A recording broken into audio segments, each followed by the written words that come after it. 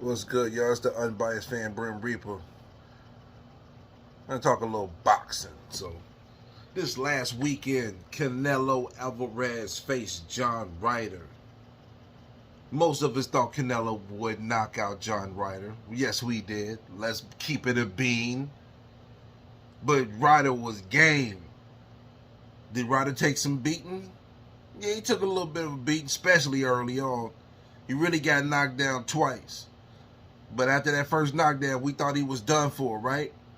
But nah, that man got a heart of steel. He decided to stay in the fight and keep going. He ain't quit. And he made it all 12 rounds. Even won a couple on the back end, in my opinion. The scorecards were a little wider than I thought. I thought Ryder won 3 rounds. But at the end of the day, Canelo clearly won the battle. Won the fight. I'm thinking about battle rap. I'm sorry, y'all. But let's talk about Canelo.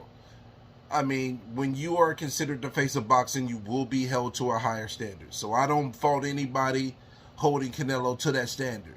I don't. But let's not pretend like he went, tooth and nail with Ryder. And let's stop talking about Ryder like he's a bum. And everybody is clamoring over why Canelo ain't fought Boo Boo Andre, why Canelo ain't fought Charlo, why Boo Boo ain't fought Benavidez. To be honest, out of those 3 fighters, only one of them even deserved to be mentioned. Let's keep it a bean. Boo Boo then left out of every opportunity that would have put him in position to get the fight. Yanni back, Parker, all these fights that he said no to. And we done found out he said no to Benavidez. I need a tune-up first. But we clamoring over Boo Boo. And then Charlo. He ain't fought in 2 fucking years, bro. We're clamoring over fighters who are inactive as hell. I have never seen an era caping and going so hard for inactive fighters. Seriously. I understand. You want to see Canelo fight certain fighters. And this is especially for some of my black brothers who don't like Canelo. I'm not a big Canelo fan, but I don't hate Canelo. I recognize what he has done, and I'm going to give him credit for what it's worth. And y'all be caping for these dudes who ain't did shit. They haven't. But you got to be honest with yourself, and I don't think you guys going to do that. And then Benavidez. Oh, because Canelo went 12 rounds with Ryder, Benavidez is going to beat him. If we going off that theory, then Benavidez not being able to knock out Plant, considering he's the naturally bigger man, 6'2", walk around at 200, and Canelo started off as a 5'7", 140-pounder, but Canelo can knock out Plant, but Benavidez can't, and then we want to blame the refs? If he's such a fucking monster, a monster would knock him out regardless of the refs. You guys gotta stop, bro. Seriously. Seriously. It's ridiculous, some of the shit I be hearing and seeing. But the truth of the matter is, Canelo is on the beginning of his back 9. He's 32 going on 33. He fights a lot, unlike the fighters that y'all be caping for. And has beat multiple world champions on multiple different weight classes, unlike a lot of these guys that y'all be caping for. But yes, Canelo is at the beginning of his back 9. But if that's back 9, him having a clear 12-round decision, then he ain't got that much slippage yet. It's starting. Don't get me wrong. I see it. It's starting. But I'm not going to sit here and be like, oh, Boo Boo will beat him. Charlo will beat him. Benavidez. I don't think none of the 3 can. I think Benavidez might have a shot because his engine is great, but that's the only thing great about Benavidez's boxing skills. Is his engine, his stamina. That's the only thing great. He has nothing else just great. His punching power is only good. It's not great, because if it was so great, he'd be flooring people that other people are flooring, and he's not doing that. Then 2, he throws a lot of punches. That he does that good. But his accuracy ain't great. He don't got a great jab. He don't use his jab effectively. He doesn't use his size effectively. He's a decent fighter. I'm not going to shit on Benavidez all the way, but y'all be talking like he the best thing since sliced bread. No, bro. And he naturally really a light heavy, but he don't want none of that light heavy smoke because Bivol box circles around him. Better be ever put him to sleep, experts. So, like, guys, stop. But we know Canelo wants to fight Bivol, but Bivol wants to fight at 168. Canelo wants at 175. I hope the fight don't happen. Because we know what's going to happen. Bivol going to beat his ass again. Canelo, you don't have the answers, Sway, for Bivol. You don't. Fight Benavidez. It's a big money fight. It's a big money fight. People are clamoring for it. But Benavidez, you not getting no joint venture. PBC ain't getting the bread for this, bro. If Canelo is at Matchroom, your ass is going to have to go to Matchroom to make that fight. It's going to have to be on the zone. I was arguing with people talking about, oh, what about joint ventures because Tank and Ryan did it. Canelo ain't Tank and Ryan, bro. When do you see joint ventures with Canelo since he's been the face of boxing, bro? Like, come on, you gotta be in fucking reality of what the situation is. And the reality is, if Canelo is gonna be at Matchroom, Benavidez is gonna have to go to Matchroom. But we didn't heard Benavidez's manager say, oh, we're not going over there. Well, you don't want to fight him then.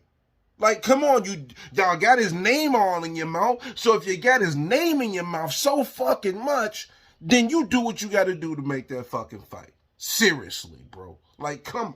You guys are just the land of delusion, bro. And I choose not to subscribe and to live on that street. I'm going to live on reality. And the reality is Canelo wasn't impressive. It was a solid win. He is beginning the back nine of his career, but he still beats most of the guys that y'all caping for. He just can't fuck with Bivol.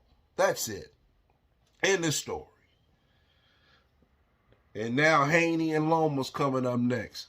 I hope y'all buy that shit. I'm buying that shit. I am buying that pay-per-view. Support.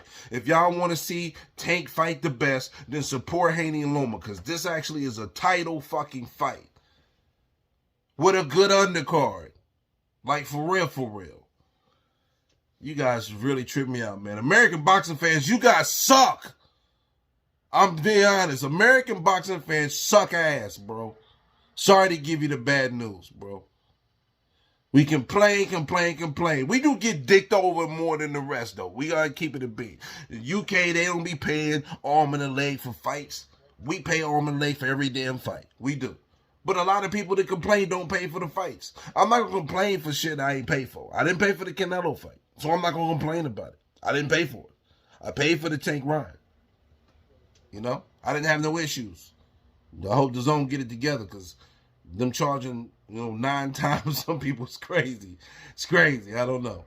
But, like, seriously, man, you guys got to get it together, man, because the fights potentially going over to Saudi Arabia, the heavyweight fights and all that, we got nobody else but ourselves to blame, because we not forking over the money for the fights. Now, I understand the promotional companies have not always given us the fights we want, but if we want these fights, we have to support the sport of boxing. Simple as that. Simple as that.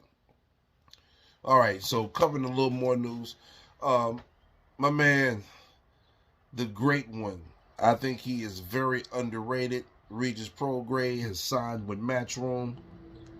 And people are saying he should have signed with Top Rank. That's dumb. But when I look at the landscape and I listen to his interview, it makes sense to me. I mean, the 3 people he said he wanted to fight was Ramirez. Ramirez done ducked him twice in the last 5 years. And he only got 1 fight left with Top Rank. So even if he was staying with Top Rank, how's that guarantee you're going to get that fight when Ramirez is playing duck, duck, goose? Okay? 2, Teofimo Lopez. He just clearly stated this is his last fight with ESPN. So why in the hell that's not a given either. And then last but not least, Josh Taylor.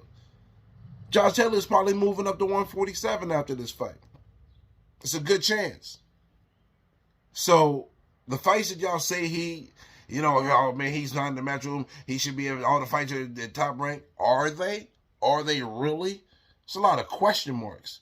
But with Matchroom, the fights with Hitchison, potentially, from what I'm hearing, is Matias is gone, bro. He's not signed he's not like exclusively signed to PBC. So he could be going to Matchroom. So with those potential fights on the horizon for Regis, it seemed like that might have been the best move for him to make. And then on top of that, there's a history of Matchroom being able to work deals and work with the other side. So I don't know. You guys be promotional company hounding, man. Y'all be promotional company fans and shit, not boxing fans. I don't think it's a bad move for him. And then he said also being a 3-fight deal is a shorter deal, and he's probably gonna get those 3 fights within a year and a half. So he's not gonna be on the shelf, you know. So salute to you, Regis. I hope you do some work, bro. Bleed that. I know there's some other shit going on, but I'm not gonna go deep into it. I think my video is long enough. I don't want long videos. Ain't nobody worried about what I'm talking about. So I just want to share my thoughts just for the shit of it, you know. And unbiased fan. I am unbiased fan. I'm going to tell you shit the way I see it, whether you like it or not, because I don't give a shit if you do like it. This is my opinion. This is what I think. I'm not caping for nobody. I don't like PBC movements, but I don't hate PBC. I just don't like their moves. You can see fighters are slowly but surely jumping ship. But, you know, we can pretend and cape all we want. So, it is what it is. Unbiased fan, holla at your boy. One.